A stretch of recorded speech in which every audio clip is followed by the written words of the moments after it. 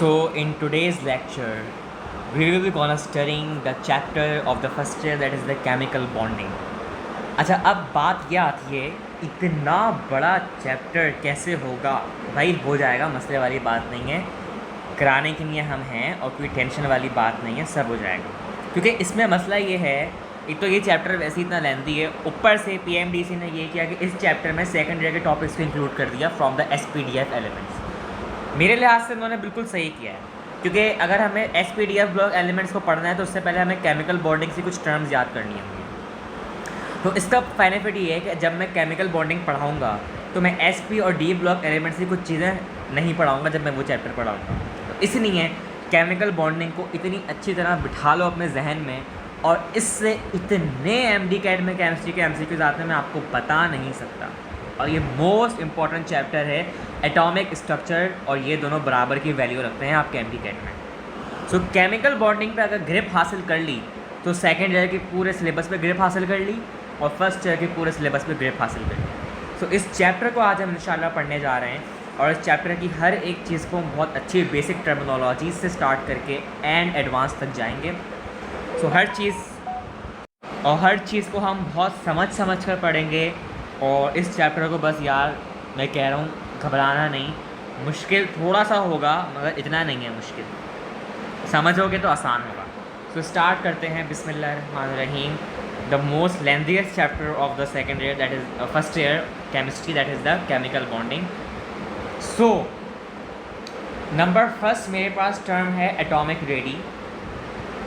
अच्छा, ऐसे रोज़ मैंने सारा रिव्यू कर लिए तो मैं उस हिसाब से पढ़ा रहा हूँ। So the number one term जो हमें डिफ़ाइन करने को कहा गया है, that is the atomic radii या फिर एटॉमिक रेडियस। सही है। So atomic radii is the, it refers to 1/2 of the distance between two bonded identical atoms। ठीक है, यानी कि 1/2 जो आपका डिस्टेंस है दो बॉन्डेड एटम्स के दरमियान, उसको कहते हैं एटॉमिक रेडी या एटॉमिक रेडियस। यानी कि अगर मेरे पास दो बॉन्डेड एटम्स हैं तो बॉन्डेड हैं तो थोड़ा करीब दिखाना पड़ेगा। सो इनके दरमियान जो 1/2 डिस्टेंस है, that is called the atomic radii. ठीक है। सो जो रेडी है इसका मतलब है that is the plural form of the radius, और जो रेडियस है आपका वो है सिंगुलर फॉर्म। ठीक है, तो याद रख लेना ये बात। So another term we have ionic radii या ionic radius. So ionic radius is the measure of an atom's ion in a crystal lattice. In a crystal lattice, it is half the distance between, किसके दरमियान होगा, to ions के दरमियान, that are barely touching each other, जो कि बहुत मतलब मुश्किल से दूसरे को टच करते हैं। लाइक अगर मेरे पास ये एक फॉर एग्जांपल क्रिस्टल लेटिस है, लाइक NaCl, तो यहाँ पर फॉर एग्जांपल Na क्लोरीन और सोडियम के आयंस है जो हम पढ़ेंगे सॉलिड्स के अंदर। सो इन दो आयंस के दरमियान प्लस Na और क्लोरीन का अगर मैं यहाँ लिखूँ Cl माइनस, तो इन दोनों के दरमियान half the distance is called the ionic radius. ठीक है। सो या आयोनिक रेडी। आगे बढ़ते हैं। ये सारा सेकंड ईयर का टॉपिक है मगर ये पढ़ना ज़रूरी है क्योंकि पीएमडी से जब इंक्लूड किया है। मैं चाहता था उसे बाद में ही पढ़ा सकता था मगर मुझे अभी पढ़ाने की एक वजह नज़र आएगी। Another term we have covalent radii या covalent radius. It is 1/2 of the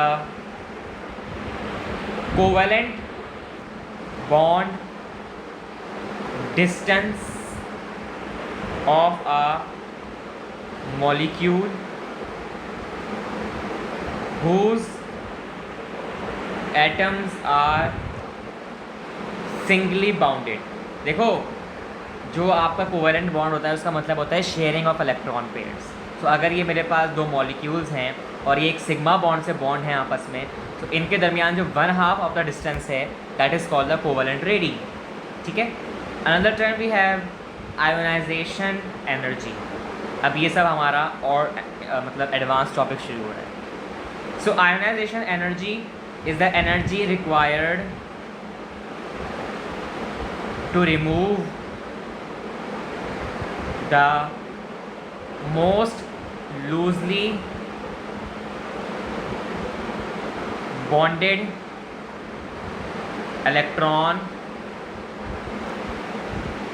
from an atom जब वो आपका that is in a gaseous state। देखो इसका मतलब ये है, अगर मेरे पास एक फॉर एग्जांपल फ्लोरीन का एटम है दैट इज़ द हैलोजन, अगर मैं इसके एटम को या इलेक्ट्रॉन के इसकी वैलेंस शेल के इलेक्ट्रॉन को आयोनाइज कर दूँ, यानी कि बाहर निकाल दूँ उसके वैलेंस शेल से, तो ये इलेक्ट्रॉन आपका आयोनाइज हो जाएगा, आयोनाइज्ड फॉर्म में हो जाएगा, गैशियस फॉर्म में। सो इस गैशियस फॉर्म में या इस आयोनाइज करने के लिए इलेक्ट्रॉन को जो मुझे एनर्जी प्रोवाइड करनी थी that is called the ionization energy. अब इन सब की डेफिनेशन याद करना है क्योंकि आगे मैं इससे एक बड़ा इंपॉर्टेंट टॉपिक पढ़ाने वाला हूँ। Another term we have electron affinity. Affinity का मतलब समझ आ रहा है, पेयरिंग करना। It is the energy released when an anion, जिसके ऊपर नेगेटिव चार्ज होता है, is formed by the addition of an electron to a neutral atom. For example मेरे पास ये एक फ्लोरीन का नेगेटिव आयन है, फ्लोरीन है और प्लस इसका इलेक्ट्रॉन है और ये इलेक्ट्रॉन इसमें ऐड किया गया तो F माइनस हो गया। सो एनायन फॉर्म, फ्लोरीन का एनायन जिसके ऊपर नेगेटिव चार्ज है, जब आपने इलेक्ट्रॉन ऐड किया या फिर शेयरिंग पेयर्ड, यानी कि energy released when the electron pair is added to the an atom is called the electron affinity। ठीक है। another term I have electronegativity। so electronegativity is called an atom's power to attract a shared pair of electrons towards itself in a molecule। देखो electronegativity का मतलब ये है कि एक atom की इलेक्ट्रॉन के शेयर्ड पेयर को अट्रैक्ट करने की तरफ जो अपने ऊपर एबिलिटी होती है that is called the electronegativity. और नॉन मेटल्स की अगर हम बात करें तो उनकी सबसे ज़्यादा हाईएस्ट इलेक्ट्रोनेगेटिविटी होती है। अगर हम हेलोजेंस में बात करें that are the non metals, तो हेलोजेंस हमारे पास फ्लोरीन की इलेक्ट्रोनेगेटिविटी होती है 4.0। So that is the highest electronegativity concept. अगर मेरे पास किसी एटम की, जैसे कि अगर हाइड्रोजन और HF है मेरे पास, हाइड्रोजन फ्लोराइड, तो इसमें हाइड्रोजन की इलेक्ट्रोनेगेटिविटी है 2.1 और फ्लोरीन की है 4.0। ठीक है। तो 4.0 में से माइनस कर दो 2.1, तो आपके पास बचेगा 1.9। तो अगर किसी भी एलिमेंट या किसी भी मॉलिक्यूल जैसे कि HF है, HF की इलेक्ट्रोनेगेटिविटी है 1.9 टोटल। अगर किसी भी मॉलिक्यूल की इलेक्ट्रोनेगेटिविटी 1 से ग्रेटर हो that compound is said to be polar. और अगर किसी एलिमेंट की इलेक्ट्रोनेगेटिविटी 1 से कम हो, लाइक 0.9 हो या 0.8 हो, तो that compound is said to be non polar in nature. ठीक है। जैसे कि वाटर H2O में ऑक्सीजन की इलेक्ट्रोनेगेटिविटी हाइड्रोजन से ज़्यादा है, तो इसलिए water is the polar molecule. ठीक है। So that is the main concept between polar and non polar, जो कि आपकी इलेक्ट्रोनेगेटिविटी के कॉन्सेप्ट से निकला है। Another term we have bond energy. आपको समझ तो आ रहा होगा। सो इट इज़ मेजर्ड या इट मेजर्स जो बॉन्ड एनर्जी है a chemical bonds strength. Chemical bond की स्ट्रेंथ कितनी है उसे हम कहते हैं बॉन्ड एनर्जी। यानी कि it is the energy required to break apart a mole of molecules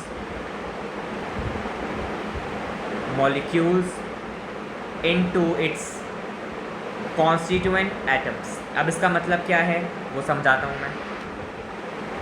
constituent atoms, सो भाई ये देखो, फॉर एग्जांपल मेरे पास ये एक ये बॉन्ड है हाइड्रोजन और क्लोरीन का, that is formed by sigma bond, और एक मेरे पास बॉन्ड है कार्बन डाइऑक्साइड का, that is the linear shape. ये मेरे पास एक पाई बॉन्ड है और एक सिग्मा बॉन्ड है, यहाँ पर भी एक सिग्मा बॉन्ड है और एक पाई बॉन्ड है। सो इनमें से सबसे ज़्यादा हाईएस्ट बॉन्ड एनर्जी किसकी होगी? भाई सिग्मा बॉन्ड हमें पता है is stronger than the pi bond, तो जहाँ पे सिग्मा बॉन्ड सबसे मतलब डोमिनेंट है, HCl में सिग्मा बॉन्ड डोमिनेंट है क्योंकि एक ही है, और वो एक ही इतना स्ट्रॉन्ग है कि वो कार्बन डाइऑक्साइड के ऑक्सीजन के पाई बॉन्ड से ज़्यादा स्ट्रॉन्ग है। तो इसलिए bond energy of HCl is greater than bond energy of carbon dioxide. तो इसका मतलब ये कि measure of the strength of the molecules bonded atoms, that is called the bond energy या फिर बॉन्ड स्ट्रेंथ। अब अनदर टर्म मेरे पास है, भाई ये तो अभी सिर्फ इंट्रोडक्शन है, ये तो अभी सिर्फ स्टार्ट हुआ है, समझो अभी तो बहुत बड़ा चैप्टर है यार ये, bond length. So bond length is the average distance between nuclei of two bonded atoms. समझ तो आ गया होगा बॉन्ड लेंथ का मतलब।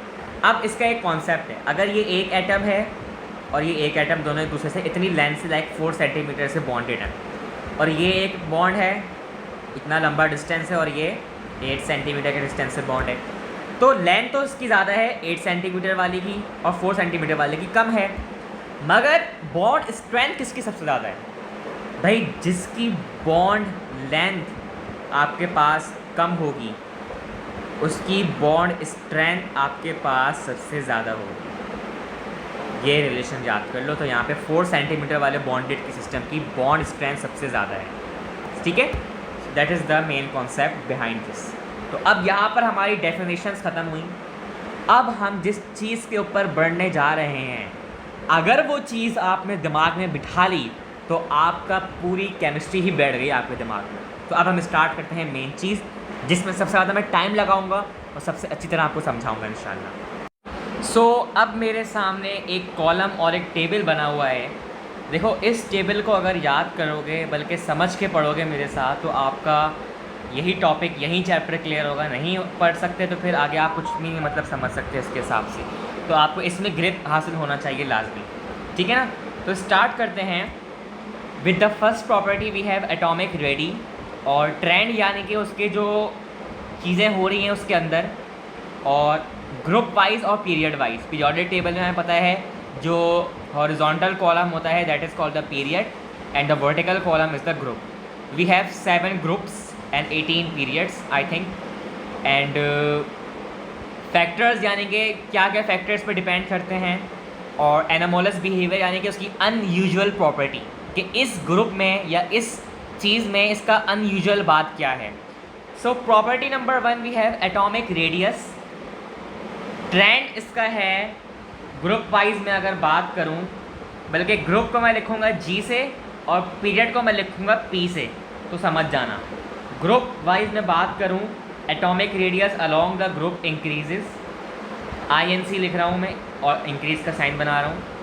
अलोंग द पीरियड वाइज करूं atomic radius we have decreases, sign डालता हूं खाली, ठीक है। अच्छा, अलॉन्ग द पीरियड क्यों डिक्रीज़ हो रहा है, अलॉन्ग द ग्रुप क्यों इंक्रीज़ हो रहा है, इसकी वजह है। देखो अगर मैं ग्रुप वाइज चलूँ ना, तो अलॉन्ग द ग्रुप आपका जो एटॉमिक रेडियस है वो बढ़ता है, क्योंकि न्यूक्लियर चार्ज डेंसिटी जो है आपकी कम होती है। मगर along the period nuclear charge density ज़्यादा होती है, तो जब इलेक्ट्रॉन्स की हिंड्रेंस ज़्यादा होगी तो एटॉमिक रेडियस तो कम होगा। तो इसलिए अलॉन्ग द पीरियड आपका एटॉमिक रेडियस कम होता है। ये फैक्टर याद रखना। किन किन फैक्टर्स पर डिपेंड करता है atomic radius? Number of shells, ठीक है, और शाई एल्डिंग इफेक्ट। शाई एल्डिंग इफेक्ट का मतलब है कितना दूर है एटम या इलेक्ट्रॉन दूसरे इलेक्ट्रॉन से, तो शाई एल्डिंग कहते हैं कितना दूर है। और न्यूक्लियर चार्ज, ठीक है, न्यूक्लियर चार्ज इस पर डिपेंड करता है। एनामोलस बिहेवियर, कोई बिहेवियर नहीं है इसका, नील, कोई ऐसी प्रॉपर्टी नहीं है एटॉमिक रेडियस के बिल्कुल अलग हो। आयोनिक रेडियस की अगर मैं बात करूं, जिसमें आइसो इलेक्ट्रॉनिक आयन्स होते हैं, उसमें अलोंग द पीरियड अगर मैं बात करूं, so ionic radius along the period जो है आपको डिक्रीज़ होता है। वही बात न्यूक्लियर चार्ज डेंसिटी और अलोंग द ग्रुप आपका इंक्रीज़ होता है। सेम एज एटॉमिक रेडियस के फैक्टर्स हैं इसके अंदर, जैसे सेम एज अबव, वही फैक्टर्स हैं जो आपके एटॉमिक रेडियस में थे। Anomalous behaviour nil. Covalent radius की बात करूं, ग्रुप वाइज इंक्रीज़ होता है, पीरियड वाइज डिक्रीज़ होता है। चलो भाई सही है, वही बात ऊपर वाले फैक्टर्स हैं और नील, कोई ऐसा वो नहीं है बात, ठीक है ना। अच्छा जनाब, बॉन्ड लेंथ की मैं बात करूं, ग्रुप वाइज इंक्रीज़ होती है, पीरियड वाइज डिक्रीज़ होती है। और आपका ऊपर वाले बात है इसके अंदर सारी, और नील, कोई ऐसी एनोमलस बिहेवियर नहीं है। आयोनाइजेशन एनर्जी ग्रुप वाइज होती है डिक्रीज, पीरियड वाइज होती है इंक्रीज, ठीक है। किन किन फैक्टर्स पर डिपेंड करती है? एटॉमिक साइज, शाई एल्डिंग यानी कि कितना दूर है आपका इलेक्ट्रॉन अगले इलेक्ट्रॉन से, वो यानी कि S की ज़्यादा आयोनाइजेशन एनर्जी होगी, P की उससे कम, मतलब कम होगी, D की उससे कम होगी और F की उससे कम होगी, ठीक है। और न्यूक्लियर चार्ज पीरियड इसके ऊपर डिपेंड करता है, न्यूक्लियर चार्ज, ठीक है। एनामोलस बिहेवियर शो करता है, अनयूजुअल प्रॉपर्टी होती है आयोनाइजेशन एनर्जी में। वो कब होती है पढ़ते हैं। ग्रुप 3A में, ग्रुप 6A में आयोनाइजेशन एनर्जी लोअर होती है as compare to group 2A और ग्रुप 5A। यानी कि ग्रुप 2A और ग्रुप 5A की आयोनाइजेशन एनर्जी ज़्यादा होती है, मगर ग्रुप 3A और 6A की, sorry that is the 6A not 4A, 3A और 6A की आयोनाइजेशन एनर्जी कम होती है एज़ कम्पेयर टू 2A और 5A। Electron affinity group wise decrease, period wise increase, वही फैक्टर्स हैं ऊपर वाले, बस एक चीज़ और ऐड कर लो, जो इसमें है वही नीचे हैं, बस एक चीज़ और ऐड कर लो, stability of configuration. Stability of configuration ये एक टर्म है, इसको याद कर लो। ग्रुप 2A और ग्रुप 5A की जो इलेक्ट्रॉन एफिनिटी है और ग्रुप 8A जो नोबल गैसेस हैं उनकी अलग अनयूजुअल प्रॉपर्टी है, और इन लोगों की जो है लो होती है इलेक्ट्रॉन एफिनिटी ज़्यादातर। तो ये बात याद रखने वाली है, ठीक है। अच्छा, अब इसी के बाद जो है मैं कॉलम नीचे एक्सीड कर रहा हूँ, और बस अब 2 टर्म्स रह गई हैं मेरे पास, ठीक है। बस 2 और टर्म्स हैं, इनको भी डील कर लेते हैं। वी हैव इलेक्ट्रो नेगेटिविटी और बॉन्ड एनर्जी, ठीक है। Electronegativity along the group decreases, along the period increases, and bond energy along the group decreases, along the period increases. Factors किन किन पर डिपेंड करती है? एटॉमिक साइज ओनली, इलेक्ट्रोनेगेटिविटी, ठीक है। और बॉन्ड एनर्जी इलेक्ट्रोनेगेटिविटी पर डिपेंड करती है, साइज ऑफ एटम्स पर डिपेंड करती है, और बॉन्ड लेंथ पर डिपेंड करती है, ठीक है। एनामलस बिहेवियर कोई नहीं है, मगर बॉन्ड एनर्जी कार्बन की सबसे ज़्यादा होगी, फिर उसके बाद नाइट्रोजन की होगी, फिर उसके बाद फ्लोरीन की होगी, और फिर ऑक्सीजन की होगी। ये एक एनामलस बिहेवियर है, ठीक है। तो इस तरीके से आप याद रखो इस पूरे कॉलम को। और अब आगे बढ़ते हैं, ये बहुत इम्पोर्टेंट कॉन्सेप्ट मैंने बताया है, आपको याद करना पड़ेगा ये। सो अब एक हेडिंग डाल रहा हूँ मैं, that is the energetics of bond formation. Energetics of bond formation, तो इसका मतलब क्या है? Potential of bond formation. तो समझाता हूँ इसे। When 2 atoms approach each other, ठीक है भाई, potential energy decreases because number 1 reason, attraction increases. Number 2 repulsion जो होती है आपकी डिक्रीजेस। ठीक है, until they reach bond length or compromise distance, until they reach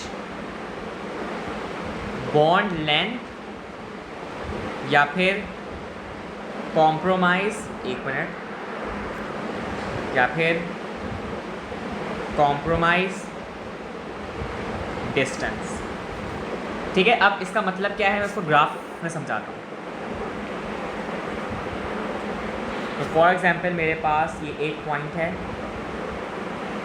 और ये एक मेरे पास एक्स एक्सिस का पॉइंट है, इससे मैं डॉटेड स्ट्रक्चर में ले लूँ। ठीक है, और यहाँ पर मेरे पास वाई एक्सिस पर है पोटेंशियल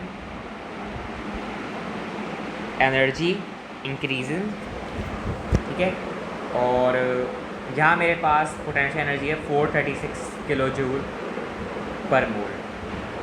ठीक है, और यहाँ मेरे पास जो है एक वाई प्रॉपर्टी है, मैं बताता हूँ उसका मतलब क्या है। That is the intermolecular distance. ठीक है, और यहाँ पर भी मेरे पास एक ग्राफिकली एक्स एक्सिस है अप साइड पर कुछ इस तरह। ठीक है, अच्छा,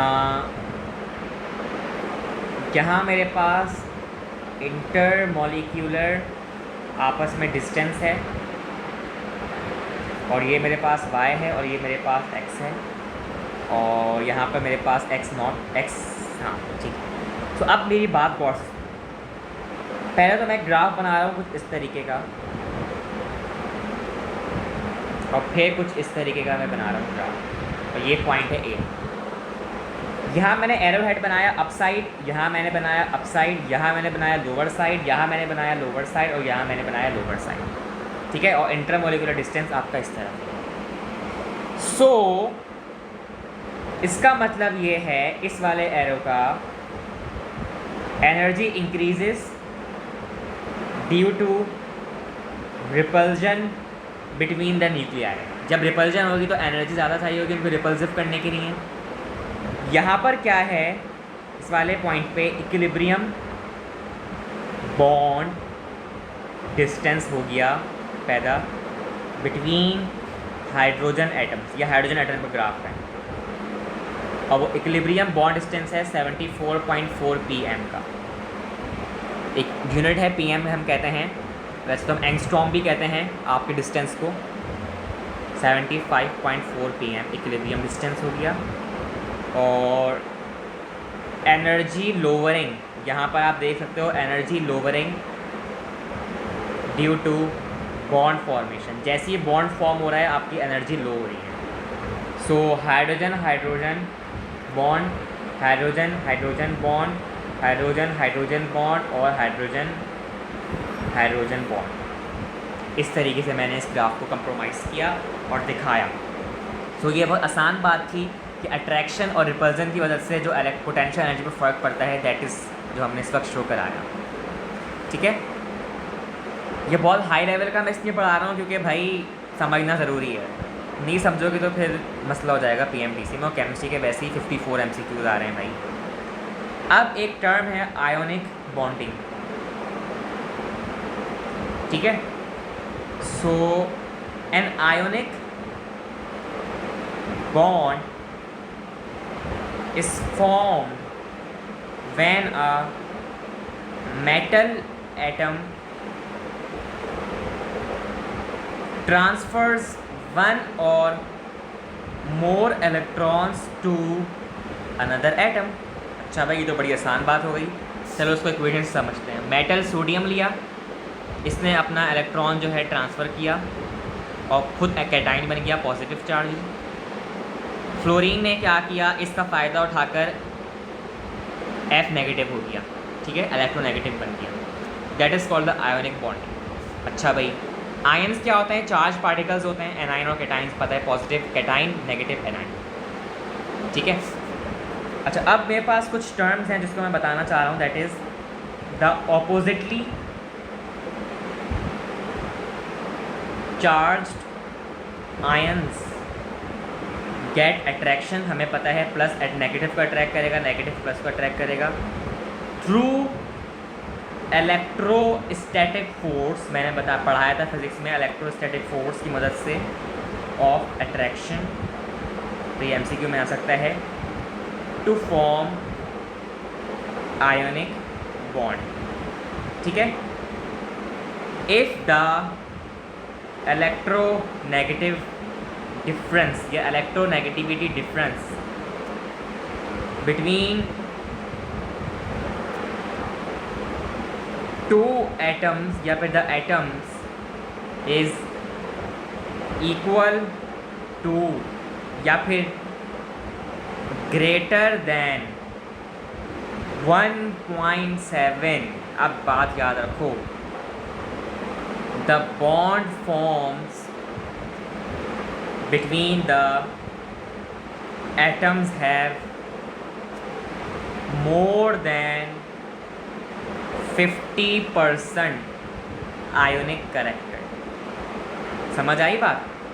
50% आयोनिक करेक्टर होगा और उससे ज़्यादा अगर जो आपका बॉन्ड फॉर्म है दो एटम्स के दरमियान, उसकी इलेक्ट्रोनेगेटिविटी 1.7 से ग्रेटर है या उसके बराबर है। तो अब इसका मतलब ये है, मैं कुछ पॉइंट्स यहाँ पे कंक्लूड करूँगा। In the solid state, each cation जो पॉजिटिव चार्ज होता है, अगर सोडियम है NaCl, सोडियम क्लोराइड, तो पॉजिटिव से Na है Cl minus. In the solid state each cation surrounds itself with anions and each anion with cations। हाँ भाई, ये बात तो समझ आ रही है। So in this way a very large number of ions are arranged in an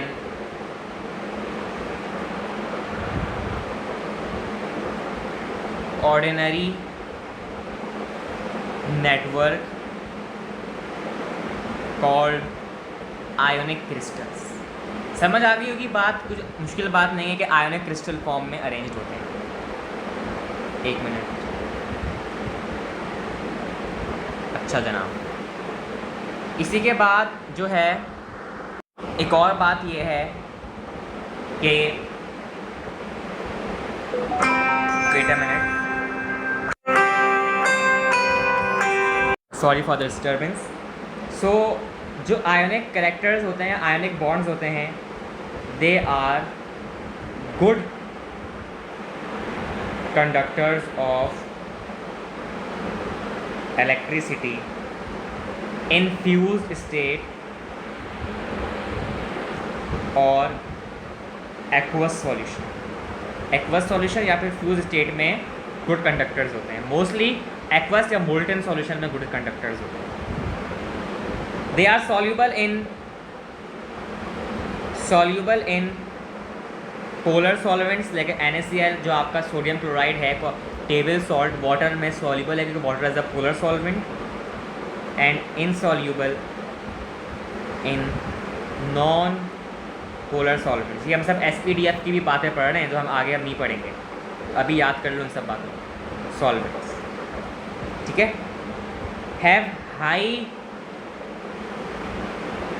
melting and boiling point, क्योंकि इनके रेडियस को आपस में तोड़ना बहुत मुश्किल होता है, कि इनके आयोनिक बॉन्ड्स को तोड़ना बहुत मुश्किल होता है।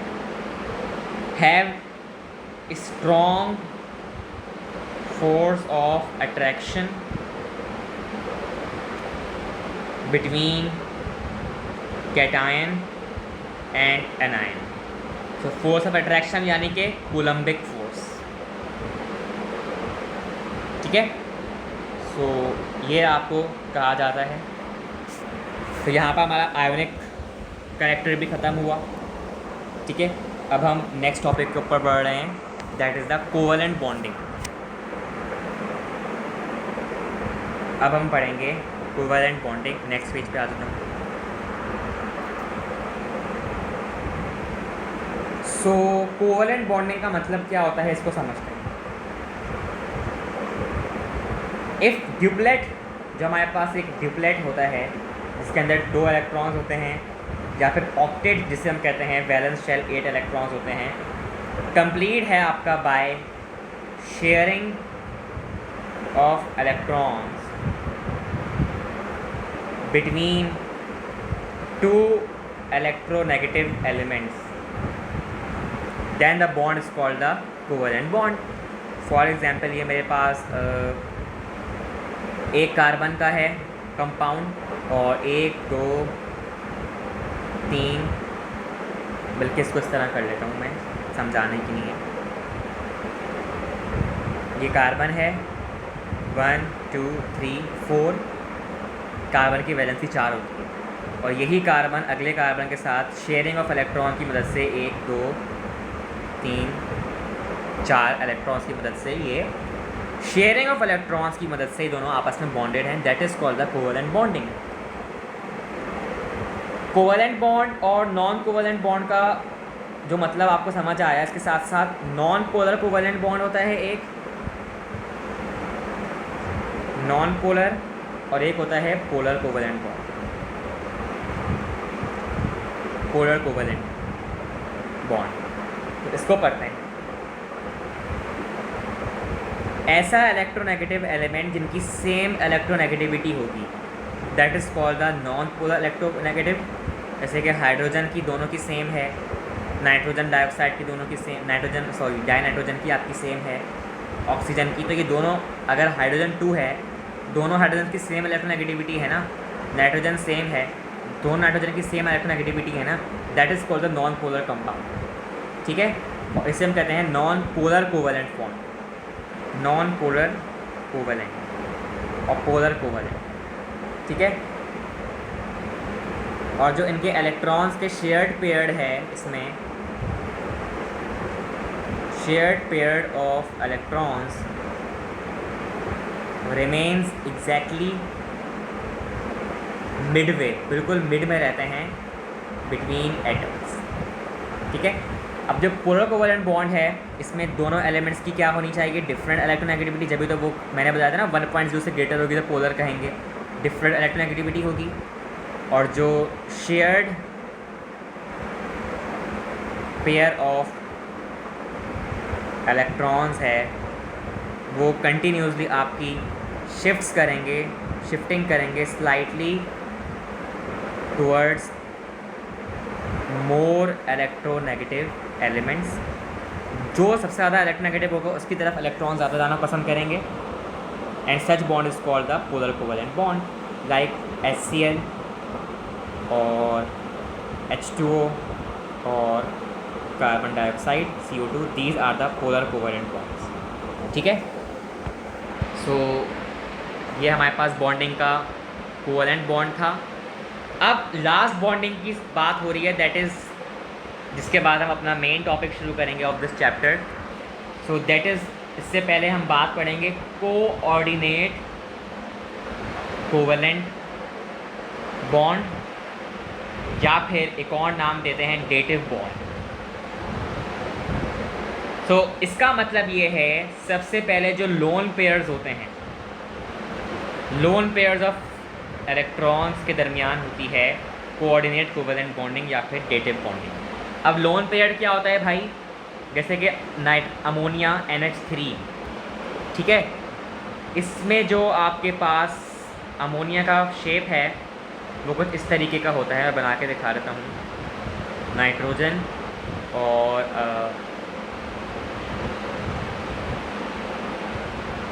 हाइड्रोजन बॉन्डेड, और नाइट्रोजन जो है आपका हाइड्रोजन बॉन्डेड है, और नाइट्रोजन जो है आपका हाइड्रोजन बॉन्डेड है।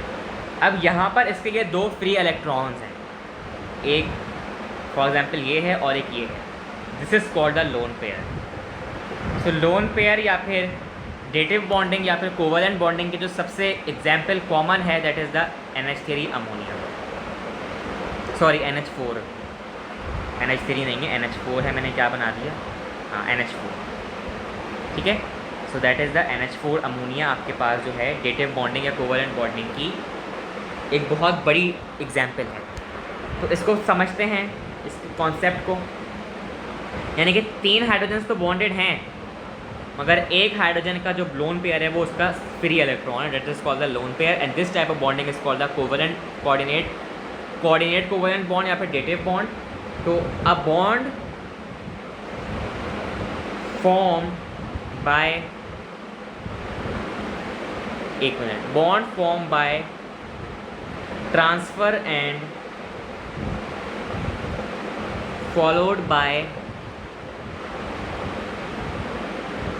Sharing of a pair of electron, जैसे कि lone pair of electrons between Lewis base. Lewis base क्या होती है बताता हूँ, and Lewis acid is called coordinate covalent या फिर डेटिव बॉन्ड।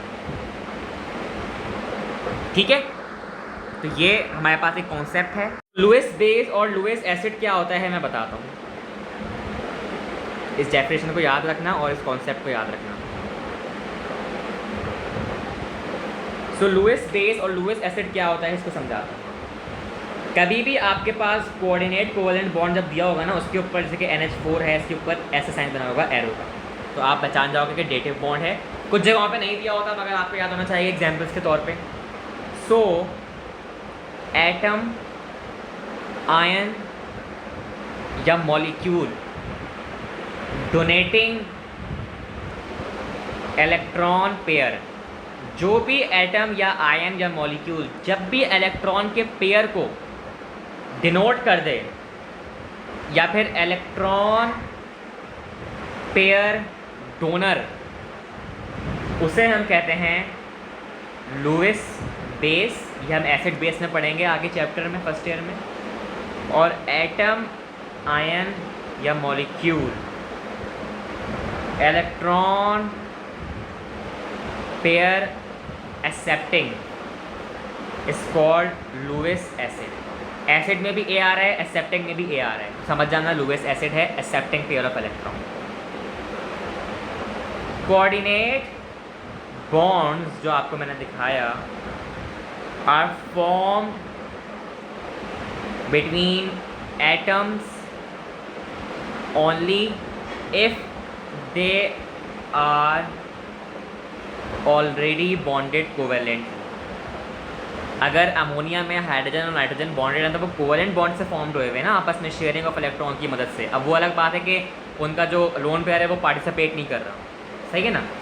अगर मैं NH3 में बात करूं, इसके पास 3 NH कोवेलेंट बॉन्ड्स हैं और 1 लोन पेयर है,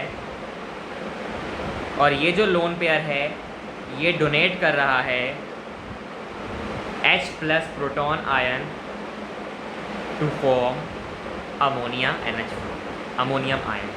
ठीक है ना, that is called the covalent coordinate covalent bonding और डेटिव बॉन्डिंग। तो यहाँ पर हमने बॉन्डिंग का तो सिस्टम ख़त्म किया। अब हम आगे बढ़ेंगे अपने इस चैप्टर के थोड़े और डिटेल में, that is the valence bond theory and other topics. तो इसी के साथ साथ हमारे पास कुछ थ्योरीज़ हैं। तो नंबर 1 थ्योरी जो हम पढ़ेंगे that is the valence bond theory. So valence bond theory क्या थी? The valence bond theory assumes that a covalent bond is formed by pairing of electrons by the overlap of orbitals of 2 atoms।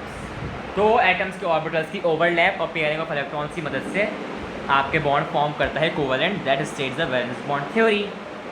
ठीक है, अच्छा जनाब।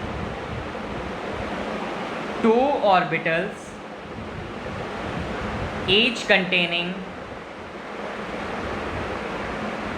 1 electron. 1 electron में बोले तो half field. Half field मैंने बताया था कल एटॉमिक स्ट्रक्चर के लेक्चर में क्या होता है। would overlap to form a single covalent bond. The electrons of overlapping orbitals share a common region of high electron density, क्योंकि जब ओवरलैपिंग का रीजन होगा तो वहाँ पे हाई इलेक्ट्रॉन डेंसिटी तो होगी। ठीक है, ये समझाने की कोई बात नहीं है, ये डेफिनेशन से ही आपको समझ आ रहा है कि क्या क्या बोल रहा हूँ। Of high electron density along the line between the two nuclei called bond axis, उसको हम कहते हैं जहाँ पर लाइन पे हाई इलेक्ट्रॉन डेंसिटी होती है, that is called the bond axis. जो कि दो न्यूक्लियाई का डिस्टेंस होता है उसे हम बॉन्ड एक्सिस भी कह सकते हैं। सो अब इसी बेस के ऊपर एक थ्योरी पब्लिश हुई, that was valence shell electron pair repulsion theory. The valence shell electron pair repulsion theory या रिपल्जन मॉडल, जिसको हम कहते हैं VSEPR model, VSEPR, VSEPR model या वेस्पर थ्योरी। तो ये बहुत इम्पॉर्टेंट थ्योरी है। इसका मतलब था this theory is based on the number of regions of high electron density around a central atom। ठीक है, it can be used to predict structures of a molecules or ions that contain only non metals के structure और ions के structure को maintain करने की, बताने की नहीं है, बाय मिनिमाइजिंग द इलेक्ट्रोस्टैटिक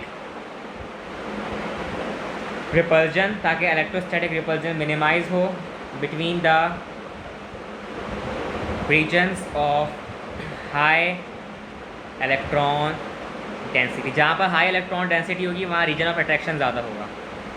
ठीक है, it can also be use to predict the structures of molecules और ions that contain multiple bonds या फिर अनपेयर्ड इलेक्ट्रॉन्स। अनपेयर्ड इलेक्ट्रॉन्स के बारे में भी बात हो सकती है, मगर ये कुछ केसेस में फेल हो गई थी theory. This theory got failed in some cases. तो क्यों हुई थी, इसके रीज़न समझ आ गए जब हमने एक और थ्योरी के बारे में बात की, and that theory was the molecular orbital theory. Molecular orbital theory. So इस थ्योरी का कॉन्सेप्ट क्या है समझते हैं। According to this theory, the overlap of atomic या overlap of two atomic orbitals must produce two molecular orbitals. समझ आई? दो मॉलिक्यूलर ऑर्बिटल्स बनाना ज़रूरी है दो एटॉमिक ऑर्बिटल्स को ओवरलैप होने से। In this process energy must be conserve, यानी कि आपकी एनर्जी जो है वो कंजर्व रहनी चाहिए, यानी कि इलास्टिक कोलिजन हो सकता है। ये फिजिक्स में पढ़ा था। The two molecular orbitals results from the overlap of two atomic orbitals in such a way that the electron waves, electron की जो वेव्स होती हैं, ईदर रेनफोर्स यानी कि एक दूसरे को फोर्स करती हैं, या फिर ईच अदर, या फिर कैंसिल कर देती हैं एक दूसरे को। इस तरीके की इनकी जो है ऑर्बिटल्स की ओवरलैपिंग होती है। अगर मैं इस मॉलिक्यूलर ऑर्बिटल थ्योरी के फर्स्ट केस के बारे में बात करूं, the bonding molecular orbital, that is called the bonding molecular orbital, जिसे मैं शॉर्ट फॉर्म में लिखता हूं, एक मिनट, मॉलिक्यूलर ऑर्बिटल थ्योरी को शॉर्ट फॉर्म में कहते हैं MOT, ठीक है। So bonding molecular orbital BOM, bonding molecular orbital, ठीक है, इस form and this is always of the lower energy. यानी कि पहले क्या फॉर्म होता है बॉन्डिंग मॉलिक्यूलर ऑर्बिटल, मगर ये लोअर एनर्जी का होता है। और जो आपके पास जो एंटी बॉन्डिंग मॉलिक्यूलर ऑर्बिटल होता है, जो सेकंड फॉर्म करता है, इसमें जो आता है आपका इलेक्ट्रॉन डेंसिटी जो होती है वो बिटवीन द न्यूक्लियाई होती है, और ये हाई एनर्जी पर होता है, and this is at high energy, ठीक है। अब इसका मतलब क्या है मैं समझाता हूँ मॉलिक्यूलर ऑर्बिटल थ्योरी का। भाई ये देख लो, अगर मेरे पास सिग्मा है तो this is all the bonding molecular orbital BOM, और अगर ये सिग्मा स्टेरिक है that is called the antibonding molecular orbital. अगर मेरे पास पाई है that is called the bonding molecular orbital. अगर मेरे पास पाई स्टेरिक है that is called the asterisk sign है, that is called the antibonding molecular orbital. और पाई स्टेरिक और सिग्मा स्टेरिक हाई एनर्जी पर हैं, और मॉलिक्यूलर ऑर्बिटल और सिग्मा यानी कि पाई सिग्मा और पाई, ये दोनों आपके पास जो हैं लोअर एनर्जी पर है, ठीक है। सो अब मेरे पास एक टर्म है that is the bond order, ठीक है। द नंबर ऑफ बॉन्ड्स, इसका मतलब है number of bonds formed between two atoms after the atomic orbitals overlap is called the bond order, and it is taken as the half the difference between the number of bonding electrons and anti bonding electrons। तो यार ये क्या मतलब, मैं क्या बोल रहा हूँ समझ नहीं आ रहा कुछ, है ना। अभी समझाता हूँ इस बात को। बॉन्ड ऑर्डर इस तरह फाइंड किया जाता है, BO bond order is equal to bonding orbitals BOM minus antibonding, एक minute, bonding molecular orbitals minus antibonding molecular orbitals over 2। तो इनकी जो वैल्यूज़ होती है इसके ज़रिए हम इसकी वैल्यू को निकालते हैं, that is called the bonding bond order, ठीक है। तो इस तरीके से हम फाइंड कर सकते हैं। फॉर एग्जाम्पल मेरे पास हाइड्रोजन का एटम है H2 मॉलिक्यूल, इसका बॉन्ड ऑर्डर क्या होगा, 1 माइनस नहीं सॉरी, बॉन्डिंग कितने हैं इसके पास, 2 बॉन्डिंग्स है ना, नज़र आ रहा है आपके पास, 2 बॉन्ड्स फॉर्म कर रहा है। सो 2 माइनस एंटी बॉन्डिंग 0 है ओवर 0, 2 1 ज़ा 2, so we have a bond order of 1। H2 का जो बॉन्ड ऑर्डर आपके पास 1 है, ठीक है। तो इस तरीके से हम बॉन्ड ऑर्डर को फाइंड कर सकते हैं। सो अब मेरे पास जो मेरे सामने जो आपके पास पिक्चर आ रही है, अब हम इसको पढ़ेंगे और समझते हैं क्या है। So we have a sigma bond, जिसको हम डिनोट करते हैं सिग्मा साइन से। When two partially filled atomic orbitals overlap in such a way that the probability of finding the electron is maximum around the line joining the two nuclei या bond axis पर, it is called a sigma bond. All single covalent bonds are sigma bonds, याद कर लो। sigma bond is stronger than pi bond। Carbon और दूसरे carbon का जो ये bond है सिग्मा है, मगर इस कार्बन और इस कार्बन में जो फर्स्ट बॉन्ड है that is called the sigma, and the second bond is called the pi. So in any atom या in any molecule या in any covalent bond, the first bond is called the sigma and the second bond is called the pi bond, and the probability of finding the electron is maximum in sigma bond. Pi bond, the bond which is formed to the side-wise or parallel overlap of p orbitals of the two already bonded atom is called pi bond. Side-wise overlappings like this one and this one overlappings, इसको हम कहते हैं pi bond। और इसी तरह हमारे पास इसमें that is called the one pi bond and one sigma bond। All double or triple bonds have one sigma bond and one or two pi bonds. Pi bond is weaker than sigma bond, ठीक है। Hybridisation के बारे में बात करते हैं। The mixing या intermixing of orbitals having same और slightly different energy giving rise to a new orbitals that possesses equivalent energy, identical shapes, and are symmetrical in plane. Some general points about orbitals are: only those orbitals that belong to an isolated system, single atom, can undergo hybridization. The hybrid orbitals that are generated are equal in number, so to that of pure atomic orbitals. Hybrid orbitals can have 2 electrons of opposite spins. ठीक है ना, 2 electrons of opposite spins हो सकते हैं। आगे बढ़ते हैं, sp3 hybridisation के बारे में पढ़ते हैं। sp3 हाइब्रिडाइजेशन क्या होती है?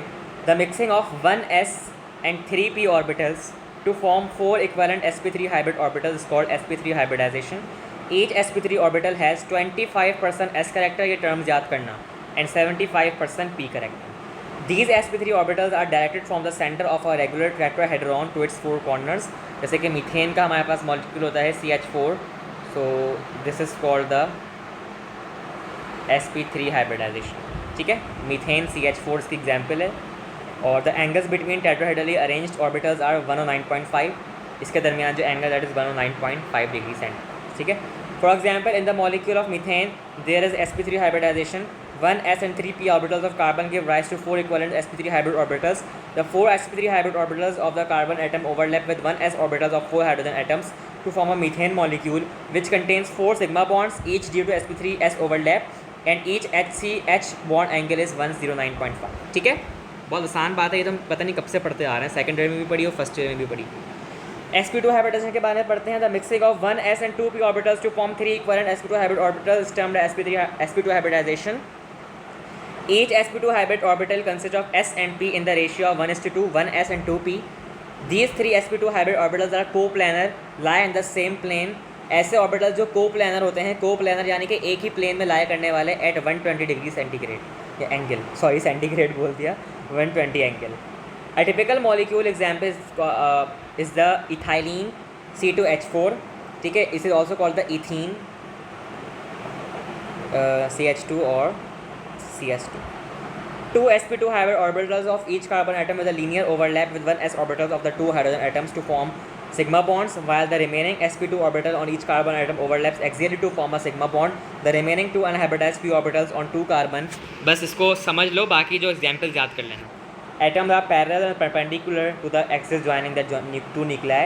These undergo a parallel overlap and result in the formation of a pi orbital. Thus, a molecule of ethene या ethylene contains 5 bonds and 1 देखो, अगर ये मेरे पास एक H है और ये कार्बन है और ये एक H है, 2 पाई, एक सिग्मा एक पाई, ये एक H है, ये एक H है, 1 2 3 4 5 सिग्मा बॉन्ड्स और एक मेरे पास हो गया पाई बॉन्ड। इस तरीके से आप कैलकुलेशन कर सकते हो बॉन्ड्स की।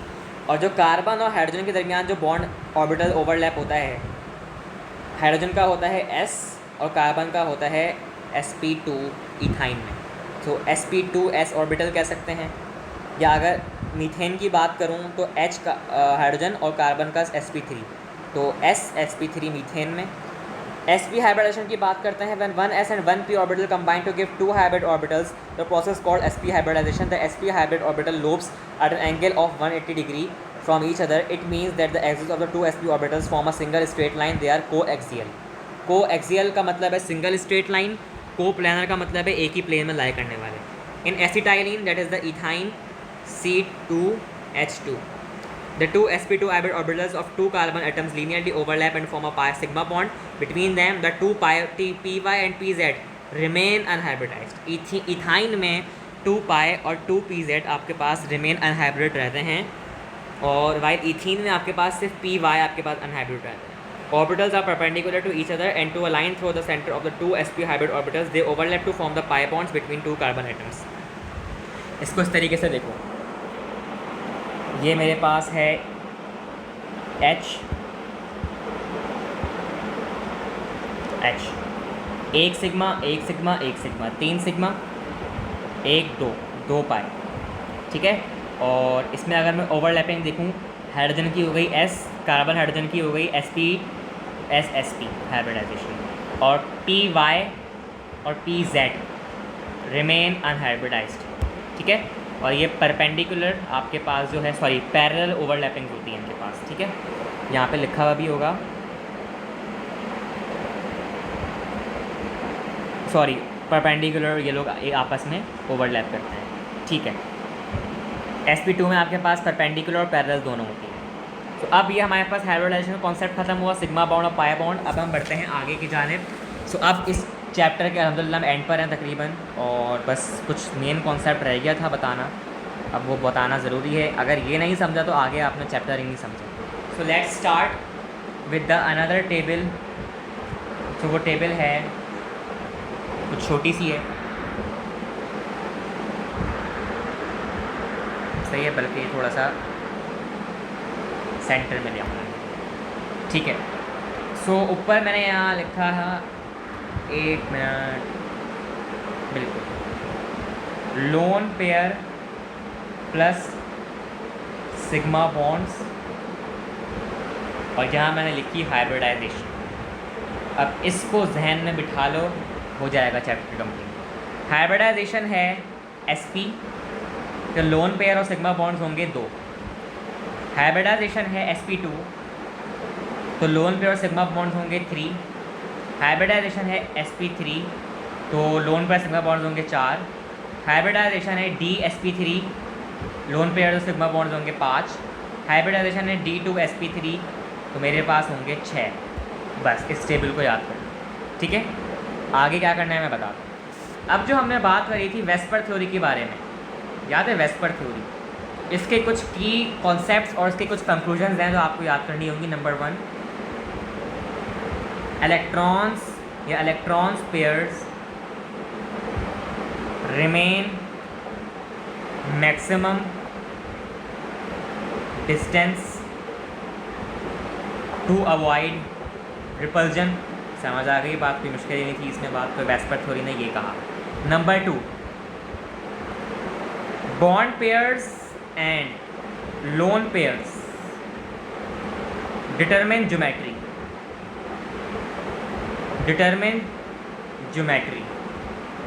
ठीक है।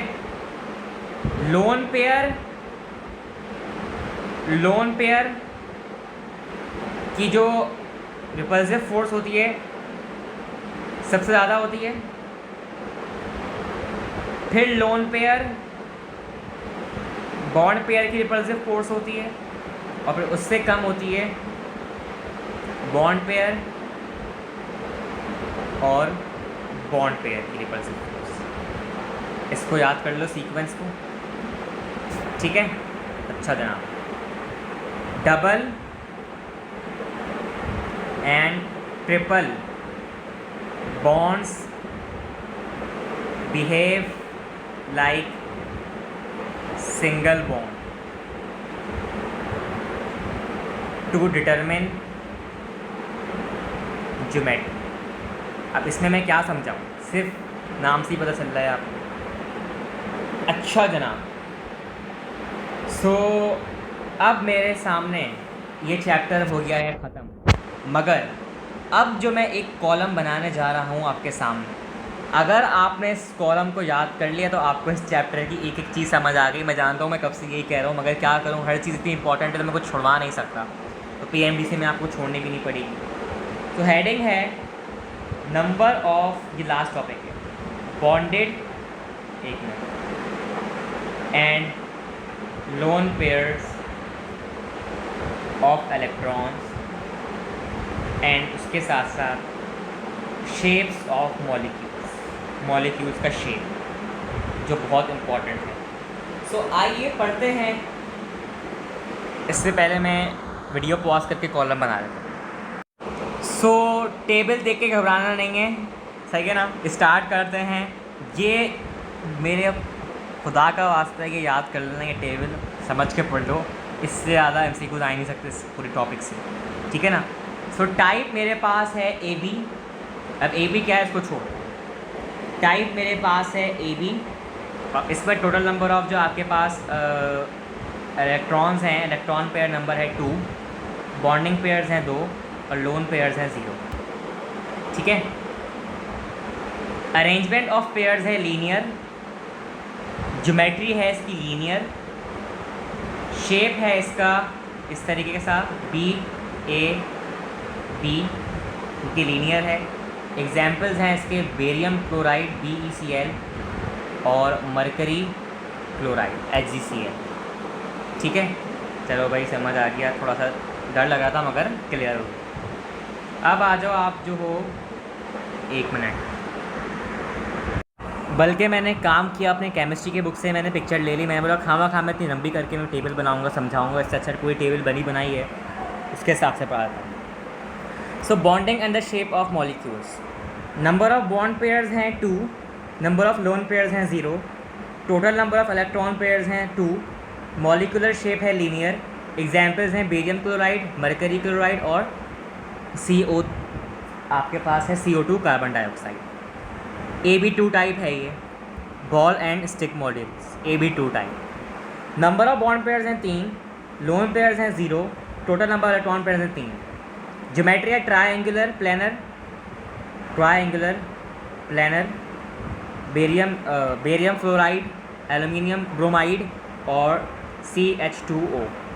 ठीक है, ये है आपके पास AB3 टाइप ज्योमेट्री बनी हुई है। बॉन्ड पेयर्स हैं 2, लोन पेयर्स हैं 1, total electron 3, band geometry sulphur dioxide और ओजोन O3। ये है आपके पास AB2E टाइप। क्या टाइप है? AB2E type. बॉन्ड पेयर हैं 4, लोन पेयर है 0 और इलेक्ट्रॉन पेयर्स आपके पास नंबर हैं 4। ज्योमेट्री है tetrahedral, methane, carbon bromide, tetrabromide, silicon, tetrachloride. AB4 type है ये। लोन बॉन्ड पेयर्स हैं 3, लोन पेयर्स है 1, टोटल 4, शेप है पिरामिडल, NH3 और PCH3। AB3E type. Bond pair 2, lone pair 2, total 4, bent H2O molecule की bent geometry होती है इस तरह।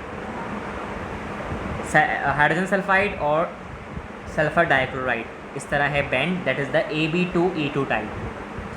Bond pair 5, lone pair 0, total 5, trigonal bipyramidal, phosphorus pentachloride, इस तरह ज्योमेट्री है और ये है AB5। 6 bond pair, 2 0 lone pair, 6 electron octahedral, SF6 sulphur hexafluoride, AB6 type. ये याद कर लो, समझो आपका पेपर हो गया। ठीक है, MD कैट का बस एग्जाम्पल्स याद कर लो, ज्योमेट्री याद कर लो और उसका शेप और number of bond pair, lone pair और टोटल नंबर ऑफ इलेक्ट्रॉन्स याद कर लो, समझ आ जाएगा। तो हेयर हमने अल्हम्दुलिल्लाह अपना ये वाला चैप्टर कंप्लीट कर लिया है केमिकल बॉन्डिंग का। MCQ मैंने जैसे बताया केमिस्ट्री के हम हमेशा अब करेंगे नम्स के पास पेपर के सॉल्व, बिल्कुल एंड ऑफ द केमिस्ट्री जब हम पढ़ेंगे 30 अगस्त को इंशाल्लाह। सो हेयर भाई खुदा का वास्ता है हर चीज़ याद कर लेना अच्छी तरह, थोड़ा मुश्किल चैप्टर है मगर आसान है, कॉन्सेप्ट लगाओगे तो आसान है। सो अल्हम्दुलिल्लाह हमने हर चीज़ चैप्टर की कंप्लीट कर ली है। ठीक है, अच्छा वेस्पर थ्योरी और मॉलिक्यूलर ऑर्बिटल थ्योरी MOT में सिर्फ एक ही एक फ़र्क था कि MOT ने पैरामैग्नेटिक बिहेवियर बताया था of the oxygen atom, paramagnetic behaviour of oxygen atom बताया था। ठीक है, सो ये MOT ने बताया था मगर वेस्पर थ्योरी ने नहीं बताया था, तो इसलिए वेस्पर थ्योरी जो है आपकी फ़ेल हो गई थी बस। और भी कुछ चीज़ें थी जो वेस्पर थ्योरी नहीं बता सकी थी, तो उसकी वजह पे हमने MOT को कंसिडर किया और हेयर हमने अल्हम्दुलिल्लाह सारी चीज़ें कंप्लीट की। इंशाल्लाह नेक्स्ट क्लास में हम पढ़ेंगे अपना नेक्स्ट चैप्टर।